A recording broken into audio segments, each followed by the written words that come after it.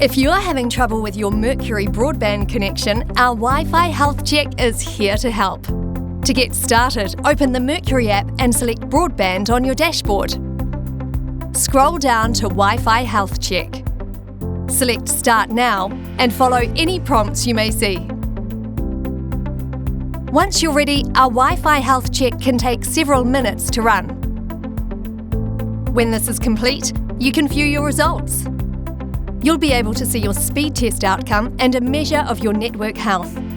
If you need to improve this, select Improve Network Health to view any issues detected and recommendations. That's it. Oh, and you can also run our Wi-Fi Health Check from the Help section. If you're still experiencing issues with your connection, please call us.